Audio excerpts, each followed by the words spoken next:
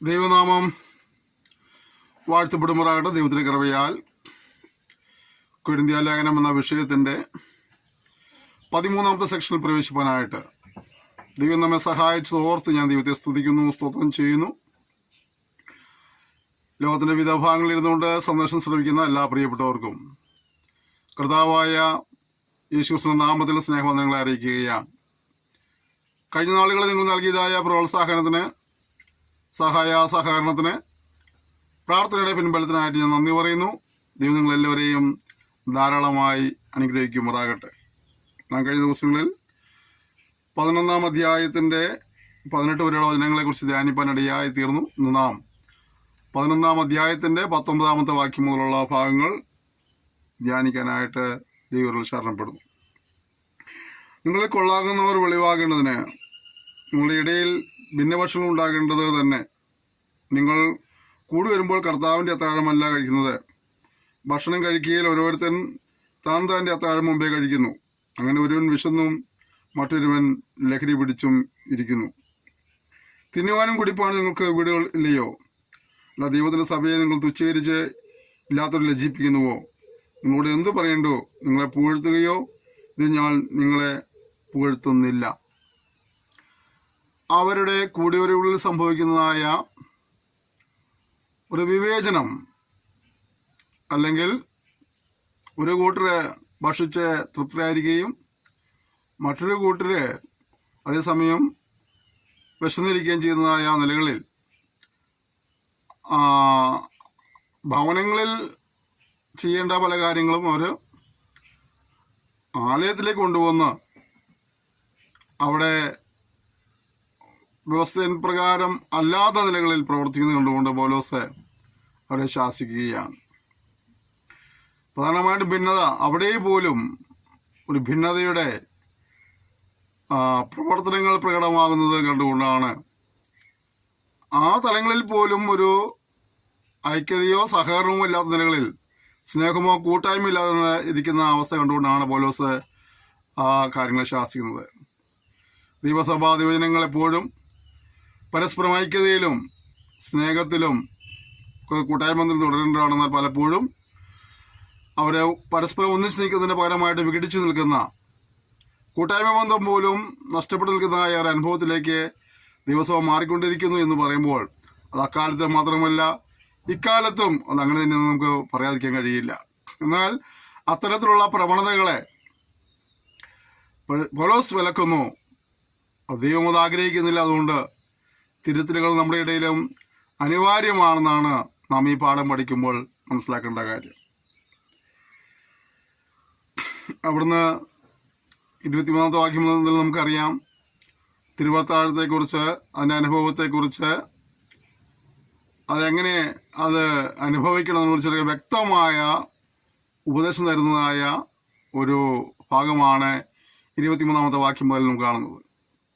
പുതിയ നിയമത്തിൽ തിരുവത്താഴ അനുഭവത്തെക്കുറിച്ച് അതിൻ്റെ ഓർമ്മയ്ക്കായി ചെയ്യുമെന്നെല്ലാം പറഞ്ഞ് മുന്നോട്ട് കൊണ്ടുപോകുന്നെങ്കിൽ, എന്നാൽ ഇവിടെ വ്യക്തമായിട്ട് അത് ഭക്ഷിക്കേണ്ടത് എങ്ങനെയാണ്, പാനം ചെയ്യേണ്ടത് എങ്ങനെയാണ്, ആ വ്യവസ്ഥ പ്രകാരം ഭക്ഷിക്കുകയും പാനം ചെയ്യുകയും ചെയ്തില്ലെങ്കിൽ ഉണ്ടാകുന്ന കുഴപ്പങ്ങൾ എന്തൊക്കെയാണ് എന്നുള്ള കാര്യങ്ങൾ വളരെ വ്യക്തമായിട്ട് പൗലോസ് അവിടെ രേഖപ്പെടുത്തിയിരിക്കുകയാണ്. പുതിയ നിയമത്തിലെ മറ്റൊരു ഭാഗത്തും ഇല്ലാത്ത നിലകളിൽ ശുശ്രൂഷയുള്ള ബന്ധത്തിൽ, തിരുവത്താഴ അനുഭവത്തിലുള്ള ബന്ധത്തിൽ വളരെ വ്യക്തമായിട്ട് ഒരു വിവരണം താൻ ഈ ഭാഗത്ത് കൊടുക്കുന്നുണ്ട്.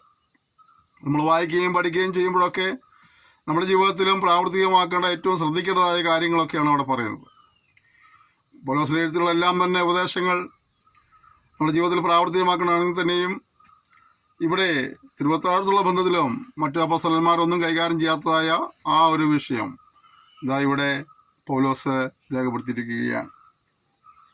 പൗലോസ് പറഞ്ഞ കർത്താവിൽ നിന്ന് പ്രാപിക്കുകയും നിങ്ങൾക്ക് ഏൽപ്പിക്കുകയും ചെയ്തു. പൗലോസിന്റെ ശുശ്രൂഷയെക്കുറിച്ച് പൗലോസിന് ബോധ്യമുണ്ടായിരുന്നു. താൻ പറഞ്ഞ ഉപദേശങ്ങൾ, താൻ പറഞ്ഞ നിർദ്ദേശങ്ങളൊക്കെ ദൈവാത്മാ നിയോഗത്താലാണ് എന്നുള്ളതായ വ്യക്തമായ കാഴ്ചപ്പാട് അതിലുണ്ടായിരുന്നു. ഇന്നത്തെ ആധുനിക പ്രസംഗരെ കുറിച്ചും നിങ്ങൾ ദൈവസഭയിൽ പ്രസംഗിക്കുമ്പോൾ, ശുശ്രൂഷിക്കുമ്പോൾ കർത്താവിൻ്റെ സന്നിധിയിൽ നിന്ന് പ്രാപിച്ച് ജനത്തിന് ഏൽപ്പിച്ചു കൊടുക്കുവാൻ ഉത്സാഹമുള്ളവരായിരിക്കണം. പലപ്പോഴും നമ്മുടെ ദാസന്മാരുടെ ശുശ്രൂഷകളിൽ സംഭവിക്കുന്നതായ വലിയ ഒരു പരാജയം എന്നുള്ളത് അവർ ദൈവസന്നിധിയിൽ ആലോചന പ്രാപിപ്പാനായിട്ട് സമയം കണ്ടെത്തുന്നില്ല എന്നുള്ളതാണ്. അവർ മറ്റു പല റെഫറൻസ് ഗ്രന്ഥങ്ങളും നോക്കി ഒരു വാക്യവും അതിനോട് കുറച്ച് ഒത്തുവാക്യങ്ങളും അല്ലെങ്കിൽ അതിന് ഉദാഹരണമായിട്ട് പറയാനുള്ള സംഭവങ്ങളും കഥകളും ചരിത്രങ്ങളൊക്കെ എഴുതിക്കൂട്ടി കൊണ്ടുവന്ന് ഒരു മെസ്സേജ് അവർ പ്രസൻറ്റ് ചെയ്യുമ്പോൾ സത്യത്തിൽ ജനം അതിൽ നിന്ന് അവർക്ക് പ്രാപിക്കേണ്ട ആശ്വാസമോ വിടുതലോ പ്രാപിക്കാൻ കഴിയാതെ നിരാശയോടെ പ്രസംഗവേദി വിട്ട് ആലയങ്ങൾ വിട്ട് പോകുന്നതായ ദയനീയമായ ചിത്രങ്ങൾ നാം ചുറ്റോട്ട് കാണാറുണ്ട്. ഒരു പ്രസംഗനെ സംബന്ധിച്ചിടത്തോളം അവൻ കർത്താവിൽ നിന്ന് പ്രാപിച്ച് ജനത്തിനെ ഏൽപ്പിച്ചു കൊടുക്കുവാനായിട്ട് എപ്പോഴും ഉത്സാഹമുള്ളവനായിരിക്കണം. ദൈവത്തിൻ്റെ ആത്മാവ് തന്നോട് സംസാരിക്കുകയും ഏത് കൂട്ടത്തിലാണോ താൻ ആ സമയത്ത് സംസാരിക്കേണ്ടത് ആ ജനത്തോട് സംസാരിക്കുവാൻ ആവശ്യപ്പെടുന്നതായ നിർദ്ദേശിക്കപ്പെടുന്നതായ ദൈവനം ധ്യാനിച്ചും അപ്രകാരം ഒരു പ്രസംഗക്കുറിപ്പ് ഉണ്ടാക്കിയിട്ട് വേണം താൻ ആ ജനത്തിന് മധ്യ നിൽക്കുവാനായിട്ട്. ദൈവം എന്താണോ അവിടെ സംസാരിക്കുവാൻ ആഗ്രഹിക്കുന്നത് അത് സംസാരിക്കുവാനാണ് നിന്നെ അവിടെ ശുശ്രൂഷകനായിട്ട് അയക്കുന്നുള്ള ഓർമ്മ നിനക്ക് വേണം. അതുകൊണ്ട് നീയെ അവിടെ കർത്താവ് എന്താണോ ആ സമയത്ത് സംസാരിക്കുവാൻ ആഗ്രഹിക്കുന്നത് അത് നീയെ ദൈവസന്നിധിയിൽ പ്രാപിച്ച് വേണം അവിടെ പോയി അത് പ്രസന്റ് ചെയ്യുവാനായിട്ട്. പലപ്പോഴും ഞങ്ങളെപ്പോലുള്ള പ്രസംഗരെ സംബന്ധിച്ചിടത്തോളം ഞങ്ങളുടെ ചില സൂപ്പർ ഹിറ്റ് മെസ്സേജുകൾ ഞങ്ങൾക്ക് തോന്നുന്ന ചില കാര്യങ്ങളുണ്ടായിരിക്കും. ഞങ്ങൾ എവിടെയൊക്കെ പോയാലും അത് പറഞ്ഞ് ഞങ്ങൾ പലപ്പോഴും ഞങ്ങളുടെ സമയം തന്ന സമയങ്ങൾ അവിടെ അങ്ങനെ ചിലവഴിക്കാറുണ്ട്. നമ്മുടെ ഇടയിലെ മിക്ക കൺവെൻഷൻ പ്രസംഗരായാലും പ്രവാചകന്മാരായാലും അവരുടെ സന്ദേശങ്ങൾ നമുക്ക് പലയിടങ്ങളിൽ മാറി മാറി നിന്ന് കേൾക്കാൻ കഴിഞ്ഞാൽ മിക്കപ്പോഴും ഒരേ സന്ദേശങ്ങളായിരിക്കും അവർ പ്രസൻറ്റ് ചെയ്യുന്നത്. എന്നാൽ ഓരോ ഇടങ്ങളിലേക്കും ആവശ്യമുള്ളത് പ്രാർത്ഥിച്ച് പ്രാപിച്ച് കടന്നുപോയി പ്രസൻറ്റ് ചെയ്യുന്ന അഭിഷിക്തന്മാർ നമ്മുടെ ഇടയിൽ ഇല്ലാതില്ല എന്നുള്ള കാര്യം ഞാൻ മറക്കുന്നില്ല. അപ്പോൾ ഇവിടെ കർത്താവിനെ പ്രാപിക്കുക ഏൽപ്പിച്ചു കൊടുക്കുക എന്നുള്ളത് നമ്മളൊരു വലിയ ഉത്തരവാദിത്തമാണ്. അടുത്തത് ഈ ശുശ്രൂഷകൾ എന്നുള്ളത് കർത്താവിൻ്റെ തിരുവത്താഴ പുനരുദ്ധാനത്തെ അല്ലെങ്കിൽ പീഡാനുഭവത്തെ ഓർക്കുന്നതായ ഈ തിരുവത്താഴ ശുശ്രൂഷയുള്ള ബന്ധത്തിൽ അദ്ദേഹം പറയുന്നത് കർത്താവായ യേശുവിനെ കാണിച്ചു കൊടുത്ത രാത്രിയിൽ അവനപ്പം എടുത്തു സ്തോത്രം ചൊല്ലി നുറുക്കി, ഇത് നിങ്ങൾക്ക് വേണ്ടിയുള്ള എൻ്റെ ശരീരം, എൻ്റെ ഓർമ്മയ്ക്കായി ഇത് ചെയ്യുവീൻ എന്ന് പറഞ്ഞു. അവനും തന്നെ അത്താഴം കഴിഞ്ഞ ശേഷം അവൻ പാനപാത്രവും എടുത്തു, ഈ പാനപാത്രം രക്തത്തിൽ പുതിയ നിയമമാകുന്നു, ഇത് കുടിക്കുമ്പോഴൊക്കെയും എൻ്റെ ഓർമ്മയ്ക്കായി ചെയ്യുവീൻ എന്ന് പറഞ്ഞു. അങ്ങനെയെങ്കിൽ അപ്പം തിന്നുകയും പാനപാത്രം കുടിക്കുകയും ചെയ്യുമ്പോഴൊക്കെയും കർത്താവ് ഒരുപോലെ അവൻ്റെ മരണത്തെ പ്രസ്താവിക്കുന്നു. അതുകൊണ്ട് അയോഗ്യമായി അപ്പം തിന്നുകയോ കർത്താവിൻ്റെ പാനപാത്രം കുടിക്കുകയോ ചെയ്യുന്നതിനെല്ലാം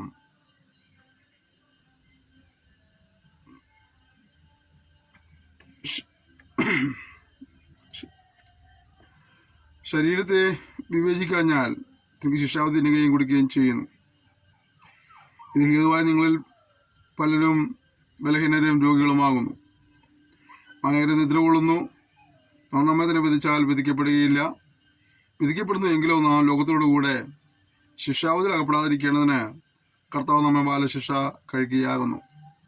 വളരെ വ്യക്തമായ ഒരു നിർദ്ദേശം ഈ ശുശ്രൂഷയിൽ പങ്കുചേരുവാനായിട്ട് കൊടുക്കുകയാണ്. ഒന്നാമത് ഈ ശുശ്രൂഷയെക്കുറിച്ച് പല നിലകളിലുള്ളതായ തെറ്റിദ്ധാരണകൾ ചിലർക്കുണ്ടെന്ന് തോന്നുന്നു. ചിലരിതിനെ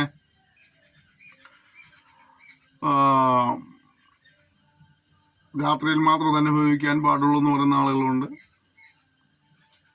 ചിലർ ഇത് ശുശ്രൂഷ നടത്തുന്നതിന് മുമ്പായിട്ട് ദൃഢമായ 2-3 ദിവസങ്ങളിലൊക്കെ അവിടെ ഉപവസിച്ച് പ്രാർത്ഥിച്ചതിന് ശേഷമായിട്ട് അതിൽ നിന്ന് പ്രാപിക്കാനായിട്ട് അങ്ങനെ സമയം എടുത്തുന്ന ആളുകളുണ്ട്.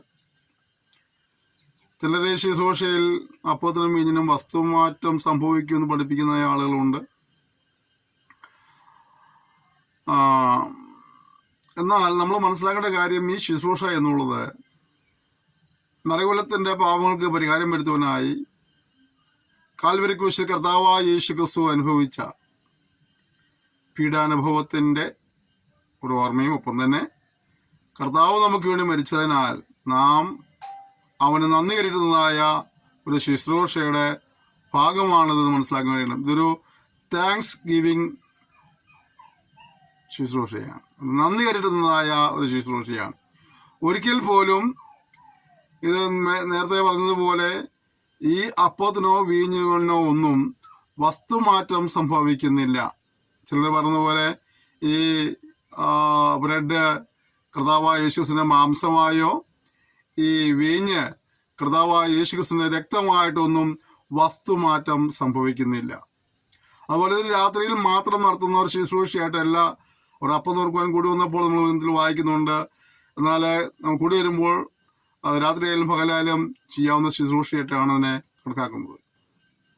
അതുപോലെ മറ്റൊരു കാര്യം ഞാൻ പറഞ്ഞല്ലോ, 3 ദിവസം ഉപയോഗിച്ച് 7 ദിവസം ഉപയോഗിച്ച് ചിലർ പാദങ്ങളിലൂടെയൊക്കെ ഈ ശുശ്രൂഷ ചെയ്യുന്നതായ അനുഭവങ്ങളുണ്ട്. എന്നാൽ അത്തരത്തിലുള്ളതായ നിഷ്കർഷങ്ങളൊന്നുമില്ല. എന്നാൽ ഏറ്റവും കൂടുതൽ മനുഷ്യൻ സൂക്ഷിക്കേണ്ടതായ ഒരു കാര്യം എന്നുള്ളത്, ഒന്ന് താങ്ക്സ് ഗിവിങ് മിനിസ്ട്രി ആയിരിക്കുമ്പോൾ തന്നെ, ശുശ്രൂഷ ആയിരിക്കുമ്പോൾ തന്നെ, സർവീസ് ആയിരിക്കുമ്പോൾ തന്നെ അതിൻ്റെ മറുവശം എന്താണ്? ഓരോരുത്തൻ അവിടെ നമ്മൾ ഏറ്റവും ശ്രദ്ധിക്കേണ്ട ഒരു കാര്യമുള്ളത്, അങ്ങനെ നിങ്ങൾ ഈ അപ്പം തിന്നുകയും പാനപാത്രം കുടിക്കുകയും ചെയ്യുമ്പോഴൊക്കെയും കർത്താവ് വരുവോളം അവൻ്റെ മരണത്തെ പ്രസ്താവിക്കുന്നു.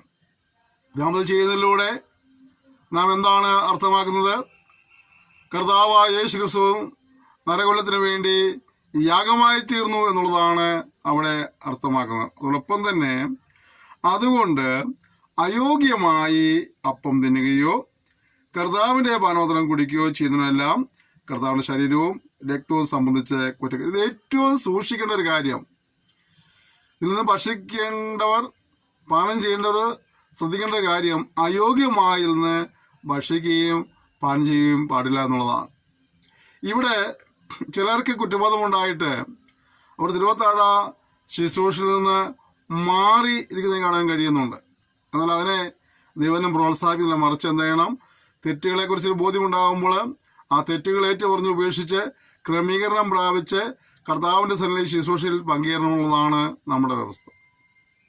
മറ്റു ചിലരുണ്ട്, എന്തും പറയും, എന്തും പ്രവർത്തിക്കും, അതിനുശേഷം ഞായറാഴ്ച കടന്നു വന്ന് അല്ലെങ്കിൽ ശുശ്രൂഷ ഉള്ളപ്പോൾ അതിൽ നിന്ന് ഭക്ഷിക്കുകയും പാനം ചെയ്യുകയും ചെയ്യും. അങ്ങനെയുള്ളവരും തങ്ങൾക്ക് ശിക്ഷാവധി വിളിച്ച് വരുത്തുകയാണ്. വളരെ വിശുദ്ധിയോടെ വേർപാടോടുകൂടി വാക്കിലൂടെയോ ചിന്തയിലൂടെയോ പ്രവർത്തിയിലൂടെയോ ഏതെങ്കിലും പാളിച്ച സംഭവിച്ചു പോയിട്ടുണ്ടെങ്കിൽ അത് ദൈവത്തോട് ദൈവത്തിലേറ്റു പറയും. മനുഷ്യനോട് നിരപ്പുറമാകണം. മനുഷ്യനോട് നിരപ്പുറമാവിച്ചതിന് ശേഷം വേണം നാം ഇതിൽ നിന്ന് ഭക്ഷിക്കുവാനും പാനം ചെയ്യുവാനുമായിട്ട്. ചിലര് മനുഷ്യനോട് വായി തോന്നൊക്കെ വിളിച്ചു പറയും, മനുഷ്യന്റെ മറ്റുള്ളതൊക്കെ പ്രവർത്തിക്കും. എന്നതിന് ശേഷമായിട്ട് ദൈവത്തിന് കർത്താവിന് ക്ഷമിക്കണം പറഞ്ഞത് ഇതിൽ ഭക്ഷിക്കുന്ന പാനം ചെയ്യുന്ന ആളുകളുണ്ട്. അതേസമയം പിന്നെ വാക്കുകളിലൂടെ പ്രവർത്തിയിലൂടെ മറ്റുള്ളവന്റെ മനസ്സ് വേദനപ്പിടിച്ച് മുറിഞ്ഞിരിക്കുകയാണ്. അതുകൊണ്ട് മനുഷ്യനോട് ചെയ്ത തെറ്റുകൾ, മനുഷ്യനോട് അരുതാത്തത് സംസാരിച്ചത്, മനുഷ്യനോട് അരുതാത്തത് പ്രവർത്തിച്ചതൊക്കെ അത് പോയി നിരപ്പ് പ്രാപിച്ച് വന്നിട്ട് വേണം ഇത് ഭക്ഷിക്കുവാൻ പാനം ചെയ്യുവാനൊക്കെ. അപ്പോൾ ഒരു ക്രമീകരണത്തോടെ വേണം. തന്നെത്താൻ ശോധനയിക്കുക എന്ന് പറഞ്ഞത് എന്താണ്? നാം നമ്മെ തന്നെ പരിശോധിക്കുക എന്നുള്ളതാണ്.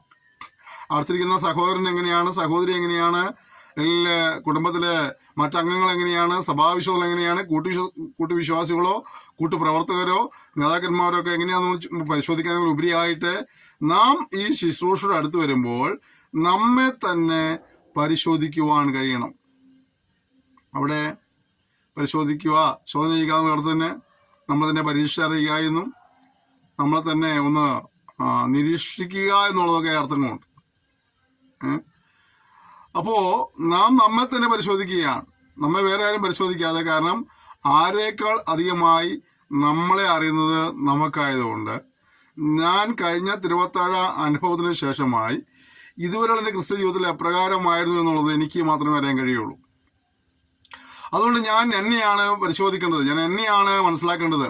എൻ്റെ വാക്കുകൾ എങ്ങനെയായിരുന്നു, എൻ്റെ ചിന്തകൾ എങ്ങനെയായിരുന്നു, എൻ്റെ പ്രവൃത്തികൾ എങ്ങനെയായിരുന്നു, എൻ്റെ ഇടപെടലുകൾ എങ്ങനെയായിരുന്നു, നീ ഏതെല്ലാം തലങ്ങളിലാണ് പോയിക്കൊണ്ടിരുന്നത്, ആരുമായിട്ടാണ് ഇടപെട്ടുകൊണ്ടിരുന്നത്, പിന്നെ എപ്രകാരമാണ് ഇടപെട്ടത്, അങ്ങനെയൊക്കെ എന്നെ തന്നെ പരിശോധിച്ച് ആ കുറവുകളെ കണ്ടുപിടിച്ച് ഏറ്റുപറഞ്ഞ് ഉപേക്ഷിച്ച് ക്രമീകരണത്തോടെ വേണം ഇതിൽ നിന്ന് ഭക്ഷിക്കുവാൻ പറഞ്ഞു. അലക്ഷ്യമായിട്ട് ഈ ശുശ്രൂഷയെ ആരും കാണരുത്, അലക്ഷ്യമായ ശുശ്രൂഷ കൈകാര്യം ചെയ്യരുത്.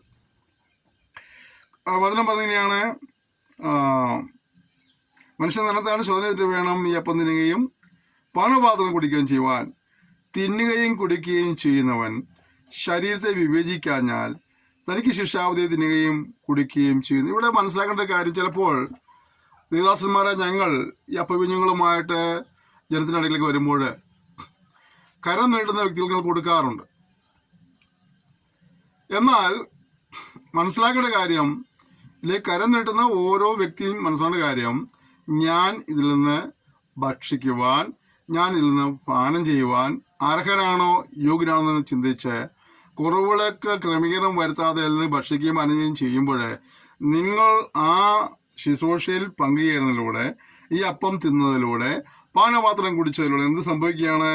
തനിക്ക് തന്നെ ശിക്ഷാവധി തിന്നുകയും കുടിക്കുകയും ചെയ്യുകയാണ്. വളരെ ഗൗരവത്തോടെയാണ് ഈ ശുശ്രൂഷയെ കാണേണ്ടത്. മറ്റുള്ള എപ്പിസ്കോപ്പൽ ചർച്ചസിലൊക്കെ വളരെ ഭക്തിപൂർവ്വം നിന്ന് ഈ ശുശ്രൂഷയിൽ പങ്കുചേർന്ന് കാണാൻ കഴിയുന്നുണ്ട്. നമ്മളുടെ ജീവിതത്തിലും ലാഘവത്തോടെ ശുശ്രൂഷയെ കാണാതെ ഞാൻ എപ്രകാരമാണ് ഇത് ഭക്ഷിക്കുന്നത്, പാനം ചെയ്തത് നമ്മൾ പരിശോധിച്ച് കുറവുകളെ കണ്ടുപിടിക്കാനൊക്കെയുള്ള ഒരു വലിയ ഒരു ക്രമീകരണവും സമർപ്പണവും നമ്മുടെ ജീവിതത്തിൽ ഉണ്ടാകേണ്ടത് അത്യന്താപേക്ഷിതമാണ്. തനിക്ക് തന്നെ ശിക്ഷാവധി കുടിക്കുകയും ചെയ്യുന്നു. പലപ്പോഴും മനുഷ്യര് നമുക്ക് വ്യക്തിപരമായിട്ടൊക്കെ അറിയാവുന്ന ആളുകൾ പോലും ഈ തിരുവത്താഴ ശുശ്രൂഷയിൽ പങ്കുചേരുമ്പോൾ നമ്മൾ ചിന്തിക്കാറുണ്ട്, അദ്ദേഹം നിന്ന് ഭക്ഷിക്കുവാൻ പാനം ചെയ്യുവാൻ അർഹനാണോ യോഗ്യനാണോ. അദ്ദേഹം പറയുകയാണ്, ഞാൻ ഇതിൽ ഭക്ഷിക്കുവാൻ പാനം ചെയ്യുവാൻ യോഗ്യനാണെന്ന് പറഞ്ഞാൽ ഒരു ശുശ്രൂഷ എന്ന നിലയിൽ അതായത് അപ്പൂമിങ്ങളെ കൊടുക്കാതിരിക്കാൻ കഴിയുകയില്ല. അതേസമയം മനസ്സിലാക്കേണ്ട കാര്യം, ദൈവത്തോട് ഏറ്റു പറഞ്ഞിട്ടുണ്ടായിരിക്കാം, കഴിവുകൾ പ്രാപിച്ചിട്ടുണ്ടായിരിക്കാം, നല്ല കാര്യമാണ്. പക്ഷെ അതേസമയം തന്നെ മനുഷ്യരോട് ക്രമീകരണം പ്രാപിക്കേണ്ട കാര്യങ്ങൾക്ക് ക്രമീകരണം പ്രാപിക്കാതാണ് ഇത് ഭക്ഷിക്കുകയും പാനം ചെയ്യുന്നെങ്കിൽ ഇത് നിനക്ക് ശിക്ഷാവധിയായി മാറുകയാണ്. അവിടെയാണ് പലപ്പോഴും നമ്മളിൽ പലരും ഈ ശിക്ഷാവധിയിലേക്ക് പോകുന്നത്. ചില സാക്ഷ്യം പറയാം, എനിക്ക് ആരോടൊന്നുമില്ല, എന്നോട് വലുതോണി ക്ഷമിക്കണമെന്ന് ചില സാക്ഷ്യം പറയാറുണ്ട്. നോ, മകനം പറഞ്ഞതാണ്, നിന്റെ സഹോദരന് നിന്നോട് വല്ലതുമുണ്ടെന്ന് നിനക്ക് ബോധ്യം വന്നാൽ വഴിപാട് യാഗപീഠത്തിൽ വെച്ചിട്ട് നീ ഒന്നാമത് അവനുമായി പോയി നിരന്നുകൊള്ളണം. അല്ലേ? വളരെ വ്യക്തമായിട്ടാണ് ദൈവത്തിന് നമ്മൾ പഠിപ്പിക്കുന്നത്. അപ്പം അതുകൊണ്ട് എൻ്റെ പ്രിയ സഹോദരന്മാരെ, നിങ്ങൾ ഈ ശുശ്രൂഷയിൽ പങ്കുചേരുമ്പോൾ മറ്റാരെയും ബോധ്യപ്പെടുത്താനല്ല, നിങ്ങളും ദൈവവുമായിട്ടുള്ള ഒരു നല്ല ബന്ധത്തിലേക്ക് വരുവാത്ത രീതിയിൽ നിങ്ങളെ സമർപ്പിക്കുമ്പോൾ തന്നെ മനുഷ്യരോടുമുള്ള ബന്ധത്തിൽ നിങ്ങൾക്ക് വീഴ്ചകൾ സംഭവിച്ചു പോയിട്ടുണ്ടെങ്കിൽ, നിങ്ങളുടെ സംസാരം അവനെ വേദനിപ്പിച്ചിട്ടുണ്ടെങ്കിൽ, ഒരുപക്ഷെ മാതാപിതാക്കളോടായിരിക്കാം, സഹോദരന്മാരോടായിരിക്കാം, കൂട്ടുവിശ്വാസികളോടായിരിക്കാം, സഹപ്രവർത്തകരായിരിക്കാം, നേതൃത്വ നിരകളോടായിരിക്കാം, അതാരോട് തന്നെയുള്ള കാര്യമാണെങ്കിലും ക്രമീകരണം പ്രാപിച്ചിട്ട് വേണം. അടുത്താത്ത് സംസാരിച്ചിട്ടുണ്ടെങ്കിൽ, അടുത്താത്ത് പ്രവർത്തിച്ചിട്ടുണ്ടെങ്കിൽ ക്രമീകരണം പ്രാപിച്ചിട്ട് വേണം നിന്ന് ഭക്ഷിക്കുവാൻ പാനം ചെയ്യുവാൻ. അല്ലെങ്കിൽ നാം ശിക്ഷാവധി തിന്നുകയും കുടിക്കുകയും ചെയ്യുകയാണ്. നമ്മുടെ ഈ ക്ലാസ് നമുക്കറിയാം, ഇത് തിരുവത്താഴ ശുശ്രൂഷയുടെ ക്ലാസ് അല്ലാത്തതുകൊണ്ടും, എന്നാൽ നമ്മൾ പഠിച്ചു വരുന്ന ഭാഗത്തിൽ ഉൾപ്പെട്ടിരിക്കുന്ന ഒരു കാര്യമായതുകൊണ്ട് ഞാൻ അല്പസമയം അതിനെപ്പറ്റി വിവരിപ്പാനിടയായിത്തീർന്നത്. അപ്പോൾ തന്നെ നമ്മൾക്ക് ഏതെങ്കിലും നിലകളിലേക്ക് ദൈവാത്മാവ് ചില കുറവുകളെ ബോധ്യപ്പെടുത്തുന്നെങ്കിൽ നമുക്ക് തിരുത്തുവാനായിട്ട് നമുക്ക് സമയം വിനിയോഗിക്കാനായി കർത്താവ് ഓരോരുത്തരെയും സഹായിക്കുമാറാകട്ടെ. മനുഷ്യൻ തന്നെത്താൻ ശോധന ചെയ്യുക എന്നുള്ള വളരെ വലിയ നമുക്ക് അതിന് ഉത്തരവാദിത്തമാണ്. നമുക്ക് മറ്റുള്ളവരൊക്കെ ശോധന ചെയ്യാൻ വലിയ എളുപ്പമാണ്, അല്ലേ? അവൻ അങ്ങനെയാണ്, അവളെങ്ങനെയാണ് പറയാൻ എളുപ്പം. എന്നാല് ഞാൻ എങ്ങനെയാണെന്ന് ചിന്തിക്കുവാനുള്ളതായ ഒരു അവസരമാണ് ശുശ്രൂഷയിൽ പങ്കെടുക്കുന്നതിന് മുമ്പായിട്ട്. ഞാൻ എങ്ങനെയാണ്, എൻ്റെ കഴിഞ്ഞ ദിവസം സംസാരങ്ങൾ എങ്ങനെയായിരുന്നു, എൻ്റെ പ്രവൃത്തി എപ്രകാരമായിരുന്നു, എൻ്റെ കൊടുക്കൽ വാങ്ങൽ എങ്ങനെയായിരുന്നു, ഞാൻ മറ്റുള്ള ഇടപെടൽ എങ്ങനെയായിരുന്നു, എൻ്റെ സഹോദരന്മാരോട്, എൻ്റെ മാതാപിതാക്കളോട്, എൻ്റെ സഭയിലെ ശുശ്രൂഷകനോട്, എൻ്റെ കൂട്ടുവിശ്വാസികളോട്, എൻ്റെ സഹപ്രവർത്തകരോട്, എൻ്റെ അധികാരികളോടൊക്കെ ഞാൻ എപ്രകാരമായിരുന്നു എന്ന് നമ്മെ ഒന്ന് പരിശോധിപ്പാനായിട്ട് കർത്താവ് നമ്മെ സഹായിക്കട്ടെ. ഇത് ഹേതുവായി നിങ്ങളിൽ പലരും ബലഹീനരാകുന്നു, രോഗികളാകുന്നു, അനേകരും നിദ്ര കൊള്ളുന്നു. എൻ്റെ അർത്ഥമൊക്കെ നാം നമ്മെ തന്നെ വിധിച്ചാൽ വിധിക്കപ്പെടുകയില്ല. വിധിക്കപ്പെടുന്നു എങ്കിലോ നാം ലോകത്തോടുകൂടെ ശിക്ഷാവധിയിൽ അകപ്പെടാതിരിക്കേണ്ടതിന് കർത്താവ് നമ്മെ ബാലശിക്ഷ കഴിക്കുകയാകുന്നു. അവിടെ നമുക്കറിയാം, ലോകത്തിന് പൊതുവെ ഒരു ന്യായവിധിയുണ്ട്. ഒരു ശിക്ഷാവധി എന്നാൽ നമ്മെ അതിലേക്ക് ഉൾപ്പെടുത്താതെ ബാലശിക്ഷ നൽകി കർത്താവ് നമ്മെ ശുദ്ധീകരിച്ച് കൊണ്ടുവരുന്നു എന്നും കാണാൻ കഴിയുന്നുണ്ട്. അടുത്ത വാക്യം, എന്നാൽ ആകയാൽ സഹോദരന്മാരെ, നിങ്ങൾ ഭക്ഷണം കഴിപ്പാൻ കൂടുമ്പോൾ അന്യോന്യം കാത്തിരിപ്പീൻ. വല്ലവനും വിശക്കുന്നുവെങ്കിൽ നിങ്ങൾ ഒരുമിച്ച് കൂടുന്നത് ന്യായവിധിക്ക് ഹേതുവാകാതിരിക്കേണ്ടതിന് അവൻ വീട്ടിൽ വെച്ച് ഭക്ഷണം കഴിക്കട്ടെ, ശേഷം കാര്യങ്ങൾ ഞാൻ വന്നിട്ട് ക്രമപ്പെടുത്താം. തനിക്ക് ഇവിടെ ലഭിച്ചതായ, ഈ സഭയെക്കുറിച്ച് ലഭിച്ചതായ അറിയിപ്പുകളെ വെച്ചുകൊണ്ടാണ് താൻ ഈ സഭയ്ക്ക് ലേഖനം എഴുതുന്നത്. എല്ലാ കാര്യങ്ങളെയും നേരിട്ട് ഉപദേശിച്ച് ചില കാര്യങ്ങൾ അദ്ദേഹം പറഞ്ഞത് ഞാൻ വന്നിട്ട് കാര്യം ക്രമീകരിക്കാം. കത്തിലൂടെ അറിയിക്കേണ്ട കാര്യങ്ങൾ കത്തിലൂടെ തിരുത്തേണ്ട കാര്യങ്ങൾ തിരുത്തുകയും ചില കാര്യങ്ങൾ നേരിട്ട് വന്നവരുടെ സമ്പാദിക്കാനായിട്ട് താൻ സമയം കണ്ടെത്തുവാനായിട്ട് ഉത്സാഹിക്കുകയും ചെയ്യുകയാണ്. അപ്പോൾ നാം ഈ ലേഖനം പഠിക്കുമ്പോൾ നമുക്ക് നമ്മെ തന്നെ കാണുവാനായിട്ട്, കുറവുകളെ കണ്ടുപിടിപ്പാനായിട്ട്, ദൈവത്തിൽ ഏറ്റുപറയുവാൻ ഉപേക്ഷിപ്പാനായിട്ടുള്ള ഒരു സമയമായിട്ട് നമുക്ക് ഇതിന് വിനിയോഗിപ്പാൻ കർത്താവ് സഹായിക്കട്ടെ. അപ്പോഴാണ് നമുക്ക് ഈ പാഠം ഒരു അനുഗ്രഹമായി തീരുകയുള്ളൂ. ഓരോ സെക്ഷൻ നമ്മൾ കഴിയുമ്പോഴും നമ്മൾ കൂടുതൽ കർത്താവിനോട് അടുക്കുവാനായിട്ട് വരണം, അല്ലേ? നമ്മൾ ചില ചോദിക്കാറുണ്ട്, ഇതിന് വല്ല കാര്യമുണ്ടോ, ഇങ്ങനെ പഠിപ്പിക്കേണ്ട ആവശ്യമുണ്ടോ, സമയം വളർത്തിക്കേണ്ട ആവശ്യമുണ്ടോ, വെറുതെ സമയം കളയുക എല്ലാം ചോദിക്കുന്ന ആളുകളുണ്ട്. അത് ഞാൻ പറയുന്നത്, ദൈവത്തിൻ്റെ വചനം അറിയിക്കുക എന്നുള്ളത് നമ്മുടെ ഉത്തരവാദിത്തമാണ്. സുവിശേഷം അറിയിക്കുക നമ്മുടെ ഉത്തരവാദിത്തമാണ്. അത് ആരുടെ അടുക്കലേക്കെല്ലാം എങ്ങനെയെല്ലാം എത്തിക്കാൻ കഴിയുമോ ആ അവസരങ്ങൾ നാം ഉപയോഗിക്കുവാനായിട്ട് ഉത്തരവാദിത്തമുള്ളവരാണ്, അല്ലേ? 1-ാം നൂറ്റാണ്ടിൽ നമ്മളിന്ന് കാണുന്ന ആധുനിക സംവിധാനങ്ങളൊന്നും ഇല്ലാതെ ഇരുന്നിട്ട് പോലും 1-ാം നൂറ്റാണ്ടിൽ ആ ദേശമെങ്ങും ഉപദേശങ്ങൾ നിറയ്ക്കുവാനായിട്ട് ആദിമസഭയ്ക്ക് കഴിഞ്ഞു എന്നുള്ളതാണ്. ഇന്നത്തെ പോലെ സോഷ്യൽ മീഡിയ സംവിധാനങ്ങളൊന്നുമില്ല, ഇന്നത്തെ പോലെ ഉച്ചഭാഷണി അങ്ങനെയുള്ള മറ്റ് ക്രമീകരണങ്ങളൊന്നുമില്ല, ഇന്നത്തെ പോലെ വാഹന സൗകര്യങ്ങളില്ല. എന്നിട്ടും അവരായിരുന്ന ദേശങ്ങളിൽ അവർ മനസ്സിലാക്കിയ സത്യത്തെ ആ ദേശങ്ങളിൽ നിറയ്ക്കുവാൻ ഇടയായിത്തീർന്നു. നമ്മൾ ആരാണ്? നമ്മൾ അന്ധകാരത്തിൽ നിന്ന് അത്ഭുത പ്രകാശത്തിലേക്ക് വിളിച്ചവന്റെ സൽഗുണങ്ങളെ ഘോഷിപ്പാൻ തിരഞ്ഞെടുക്കപ്പെട്ടവരാണ്. അതുകൊണ്ട് നാം ഈ ദൗത്യം നിറപടിയായി നിവർത്തിച്ച് മതിയാവുകയുള്ളൂ. ലഭിക്കുന്ന സമയങ്ങളൊക്കെ ദൈവനാമത്തിന് വേണ്ടി, ദൈവരാജ്യ വ്യാപ്തിക്കായി നമ്മുടെ സമയങ്ങൾ ചില വഴിപാട് സഹായിക്കട്ടെ. ചിലർക്ക് വേദി കിട്ടിയാൽ പ്രസംഗിക്കാന്ന് പറഞ്ഞാൽ ചിലർ പറയാറില്ല, എനിക്ക് പ്രസംഗിക്കാൻ അവസരം കിട്ടിയില്ല, കിട്ടിയ സമയങ്ങൾ കുറഞ്ഞു എന്ന് പറഞ്ഞു. നിങ്ങളും പറയാം, നിങ്ങൾക്ക് പ്രസംഗിക്കാം, നിങ്ങൾ തന്നെ വേദി കണ്ടുത്തണം. എങ്ങനെ വേദി? കടന്നുപോയി തെരുവോരങ്ങളിൽ നിന്ന് പ്രസംഗിക്കണം. ഒരാൾ നിങ്ങൾക്ക് വേദി നിഷേധിക്കുകയില്ല. നിങ്ങൾ രക്ഷിച്ച യേശുവിനെ നിങ്ങൾക്ക് അറിയാവുന്ന ഭാഷയിൽ മറ്റുള്ളവർ പറയുവാനുള്ള ഒരു നല്ല വേദിയാണ് തെരുവോരങ്ങൾ. അല്ലെങ്കിൽ അതിന് നിങ്ങൾക്ക് സാധ്യതയില്ലെങ്കിൽ ഇതുപോലെ ഇപ്പം എല്ലാവരുടെയും ഓരോ മൊബൈലൊക്കെ ഉണ്ടല്ലോ, ഒരു 10 മിനിറ്റിൻ്റെ സന്ദേശം, ഒരു 15 മിനിറ്റിൻ്റെ സന്ദേശം, അല്ലെങ്കിൽ ഒരു അരമണിക്കൂറിൻ്റെ സന്ദേശം നിങ്ങൾ റെക്കോർഡ് നിങ്ങൾ ഫേസ്ബുക്കിലോ വാട്സപ്പ് ഗ്രൂപ്പുകളിലോ യൂട്യൂബിലൊക്കെ അപ്ലോഡ് ചെയ്യണം. എങ്ങനെയെങ്കിലുമൊക്കെ ദൈവത്തിൻ്റെ വചനം കൂടുതൽ ആളുകൾക്ക് എത്തിക്കാൻ നമുക്ക് കഴിയുന്നതാണ്. നമ്മൾ എത്രയോ സമയങ്ങൾ വെറുതെ അനാവശ്യമായിട്ട് കൈകാര്യം ചെയ്യുന്നുണ്ട്. അല്ല, ആ സമയങ്ങൾ നമുക്ക് ദൈവവചനത്തിൻ്റെ വ്യാപനത്തിനായിട്ട്, മറ്റുള്ളവരുടെ ദൈവവചനം പഠിപ്പിക്കാനായിട്ടൊക്കെ സമയം കണ്ടെത്താൻ കഴിഞ്ഞാൽ നമുക്ക് വളരെ അനുഗ്രഹമായി തീരും. ഇവിടെ തമ്മിലുള്ള കൂട്ടായ്മയും തമ്മിലുള്ള സ്നേഹവും തമ്മിലുള്ള കരുതലും ഉണ്ടാകണമെന്നാണ് പൗലോസ് ഇവിടെ വളരെ വ്യക്തമായിട്ട് ഈ സഭയ്ക്ക് കൊടുക്കുന്ന ഉപദേശം. ഒരു പരസ്പര സ്നേഹം. നമുക്കറിയാം, ഇവിടുത്തെ നമ്മുടെ ഇന്നത്തെ കുഴപ്പം എന്താണ്?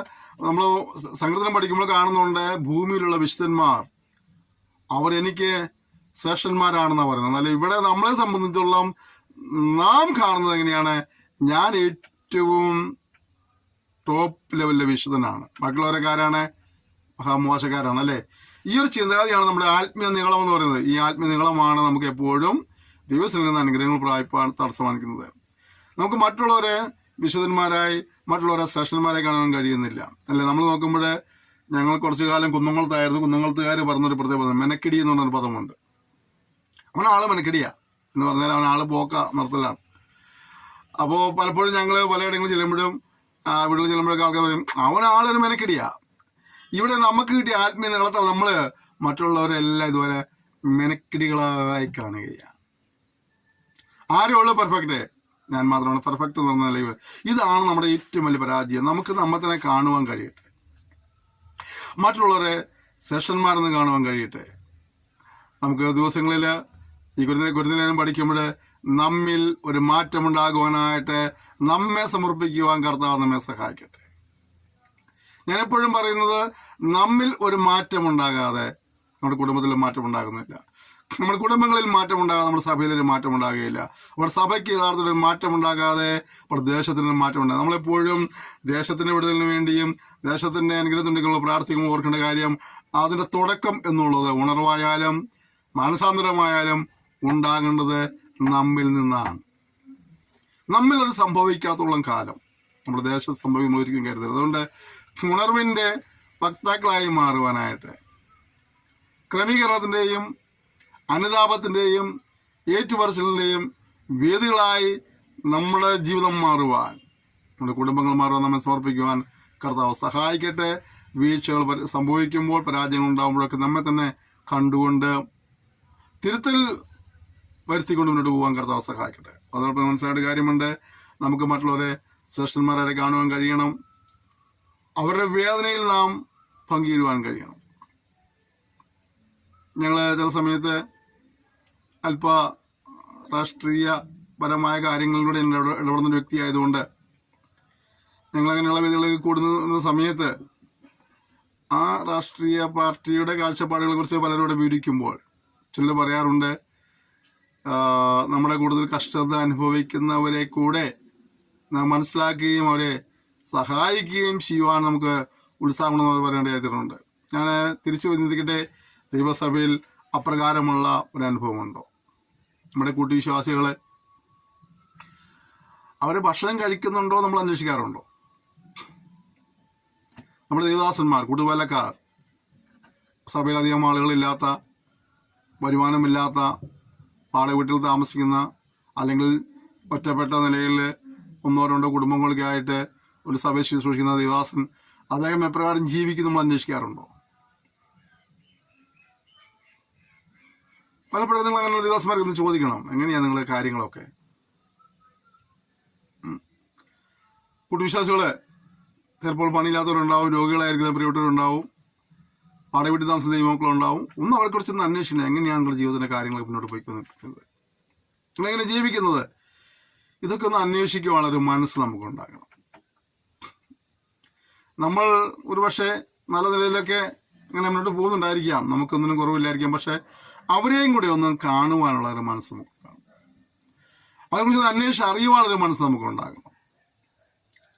പലപ്പോഴും നമുക്കൊക്കെ അങ്ങനെ അനുഭവങ്ങളൊക്കെ നഷ്ടപ്പെട്ടു പോകാറുണ്ട്. പ്രിയപ്പെട്ടവരെ, ദിവസങ്ങളിൽ നമ്മളൊക്കെ മറ്റുള്ളവരെ കണ്ട് മനസ്സിലാക്കുവാൻ, അവരെ കൊണ്ട് ഓർത്ത് പ്രാർത്ഥിക്കുവാൻ, അവരെ ഒന്ന് പ്രോത്സാഹിപ്പിക്കുവാൻ, അവരെ ഒന്ന് സഹായിക്കാനുള്ള മനസ്സിന് വേണ്ടി നമുക്ക് പ്രാർത്ഥിക്കാം.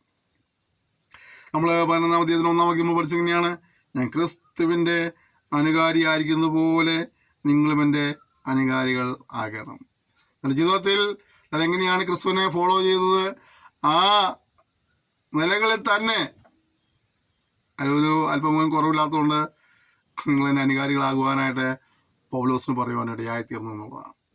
നമുക്ക് പലപ്പോഴും ക്രിസ്തുവിനെ അനുഗമിക്കുന്നു പറയുമ്പോൾ തന്നെ അത് അർഹിക്കുന്ന ഗൗരവത്തിൽ നമുക്ക് കാണുവാനും കൈകാര്യം ചെയ്യുവാനും കഴിയുന്നില്ല എന്നുള്ളതാണ് നമ്മുടെ ഏറ്റവും വലിയ പരാജയം എന്നുള്ളത്. നാം ഈ അധ്യായം പഠിക്കുമ്പോൾ ശേഷാല് നമ്മൾ പഠിച്ച കാര്യങ്ങളൊക്കെ ഓർമ്മ വയ്ക്കുവാനും ഏതെങ്കിലും തലങ്ങളിലൊക്കെ വീഴ്ചകൾ സംഭവിച്ചു പോയിട്ടുണ്ടെങ്കിൽ അതൊക്കെ ക്രമീകരണം വരുത്തുവാനുമാണ് നമ്മുടെ ഈ പഠന പദ്ധതി കൊണ്ട് ഉദ്ദേശിക്കുന്നത്.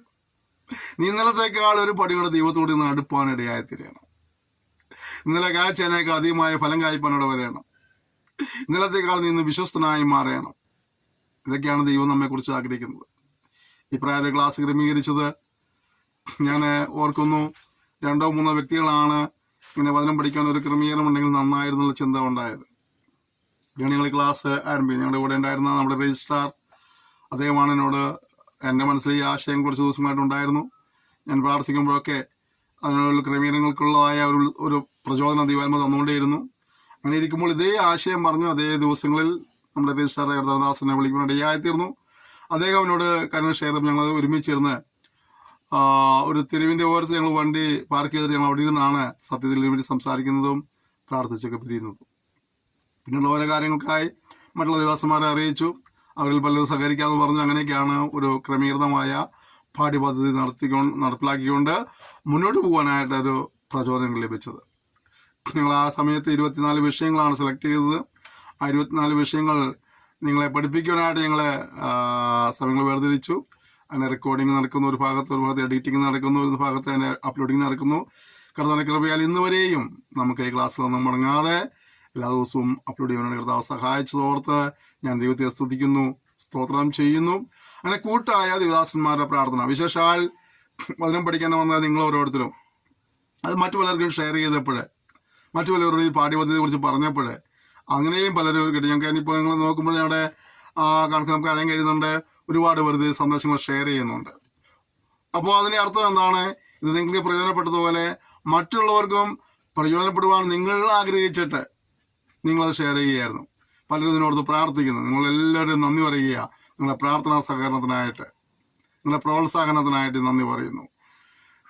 ഒരു താമസിച്ചാൽ നമുക്ക് ഈ പാഠ്യപദ്ധതി മുന്നോട്ട് പോകുന്തോറും കൂടുതൽ ആളുകൾ ഓരോ വിഷയങ്ങളും പഠിക്കുമ്പോൾ ഞാൻ മനസ്സിലാക്കിയത് ഓരോ വിഷയങ്ങൾ കഴിയുമ്പോഴും പുതിയ പുതിയ ആളുകൾ ഇത് കാണുന്നുണ്ട്, കേൾക്കുന്നുണ്ട്. നമ്മൾ ആ ചിന്തിച്ചതിനേക്കാളൊക്കെ നമ്മൾ ക്ലാസ് ആരംഭിച്ചപ്പോൾ ഉണ്ടായിരുന്നതിനേക്കാളൊക്കെ ഒരുപാട് ഹാജർ നില ഞങ്ങൾക്ക് ദിവസവും കിട്ടുന്നതായ സർവേയിൽ കണക്കുകളിലൂടെ ഒരുപാട് ഹാജർ നില വർദ്ധിച്ച് ദിവസവും വരുന്നതോർത്ത് ഞാൻ ഇത് സ്തുതിക്കുകയാണ്. അതിനൊക്കെ നിങ്ങളുടെ പ്രോത്സാഹനം ഉണ്ടായിരുന്നു, നിങ്ങളുടെ സഹകരണം ഉണ്ടായിരുന്നു, നിങ്ങളുടെ പ്രാർത്ഥന ഉണ്ടായിരുന്നു. അതുകൊണ്ട് തന്നെ ഞാൻ നിങ്ങളോട് നന്ദി പറയുകയാണ്. കാരണം എന്താണ്, നമ്മളീ പലരും നേരിട്ട് കണ്ടിട്ടില്ല. ആരൊക്കെ എവിടെ ഇരുന്ന് വചനം പഠിക്കുന്ന എല്ലാവരെ കുറിച്ചും വ്യക്തമാണ്. നമുക്ക് ഏകദേശം ഒരു ഗൂഗിൾ തരുന്നത് വെച്ചിട്ട് ഇന്ത്യയിലും ഇന്ത്യക്ക് വെളിയിലുള്ള പലരും ഒന്ന് പഠിക്കുന്നുണ്ട്. അതേസമയം പലരും നമ്മൾ നേരിട്ട് കണ്ടിട്ടില്ല. എങ്കിലും നിങ്ങൾ ആയിരുന്ന ഇടങ്ങളിൽ നിങ്ങൾ വചനം പഠിക്കാൻ കാണിക്കുന്ന ഉത്സാഹത്തിന് നന്ദി പറയുന്നതോടൊപ്പം നിങ്ങൾ മറ്റുള്ളവരെയും കൂടെ ഈ പാഠപദ്ധതിയിലേക്ക് ആഹ്വാനം ചെയ്യുന്നവർക്ക് നന്ദി പറയുന്നു. നിങ്ങളെല്ലാവരും അനുഗ്രഹിക്കുമ്പോഴാകട്ടെ. നമ്മൾ ഇന്ന് പഠിച്ച കാര്യങ്ങളിലൂടെ നമ്മുടെ ജീവിതത്തെ സ്വയം പരിശോധിച്ചുകൊണ്ട് കർത്താവ് നമ്മെക്കുറിച്ച് ആഗ്രഹിക്കുന്ന ഒരളവിലേക്ക് ജീവിക്കുവാനായിട്ട്, അപ്രകാരം ഫലം കായ്ക്കുവാനായിട്ട് ഇത് നമ്മെ സഹായിക്കാൻ സമർപ്പിക്കാം. നമുക്ക് ദൈവത്തിൽ ഒരുമിച്ച് പ്രാർത്ഥിക്കാം. സ്വർഗീയ പിതാവേ തന്ന സെക്ഷനായി സ്തോത്രം ചെയ്യുന്നു. ഞങ്ങളോട് ഇടപെടുവാനിടയായി തീർന്നല്ലോ. ഞങ്ങൾ തന്നെ പരിശോധിപ്പാൻ, എൻ്റെ കുറവുകളെ കണ്ടുപിടിപ്പാൻ, ക്രമീകരിപ്പാൻ കർത്താവ് ഞങ്ങളെ സഹായിക്കണമേ. മറ്റുള്ളവരെ സ്നേഹിപ്പാൻ, മറ്റുള്ളവരെ കർത്താവെ ബഹുമാനിപ്പാനുള്ള കൃപ ഞങ്ങൾ നൽകപ്പെടുമാറാണെന്ന് പ്രാർത്ഥിക്കുന്നു. ഞങ്ങളെല്ലാവോളം അവരെയും കൂടെ കരുതുവാനുള്ള കൃപ നൽകപ്പെടുമാറാണെന്ന് പ്രാർത്ഥിക്കുന്നു. ഞങ്ങളെ സഹായിച്ച് ഇറവിക്കാതെ സ്തോത്രം. തുടർന്നും വചനം പഠിക്കുന്നതിലൂടെ ഞങ്ങളുടെ ജീവിതത്തിൽ അതെല്ലാം പ്രാവർത്തികമാക്കി നല്ലവനും വിശ്വസ്തനുമായ ദാസനെ വിളിവെപ്പാനായിട്ട് കർത്താവ് ഞങ്ങളെ സഹായിക്കുമാറാകണമെന്ന് പ്രാർത്ഥിക്കുന്നു. ജനത്തെ കർത്താവ് തിരുനാമത്തിനായി ഉപയോഗിക്കുമാറാകണമെന്ന് പ്രാർത്ഥിക്കുന്നു. ഞാൻ ചിന്ന വലിയ ഇറവിക്കായി സ്തോത്രം. യേശുവിൻ്റെ നാമത്തിൽ തന്നെ ആമേൻ. ക്ഷമയോടെ ഈ സന്ദേശം ശ്രവചനായി ഞാൻ നന്ദി പറയുന്നു. ദൈവം നിങ്ങളെല്ലാവരെയും ധാരാളം അനുഗ്രഹിക്കുമാറാകട്ടെ. കർത്താവ് ഒരു താമസിച്ചാൽ നമുക്ക് അടുത്ത സെക്ഷനിൽ വീണ്ടും കാണാം. അതുവരെയും കർത്താവ് തൻ്റെ വിസ്താരമായ ചെറുകടിയിൽ നമ്മെ സൂക്ഷിക്കുന്നതിനായിട്ട് നമുക്ക് പരസ്പരം ഓർത്ത് പ്രാർത്ഥിക്കാം. നിങ്ങളുടെ സഹകരണത്തിനും പ്രോത്സാഹനത്തിനും കൂടി നന്ദി പറയുന്നു. Thank you. May God bless you.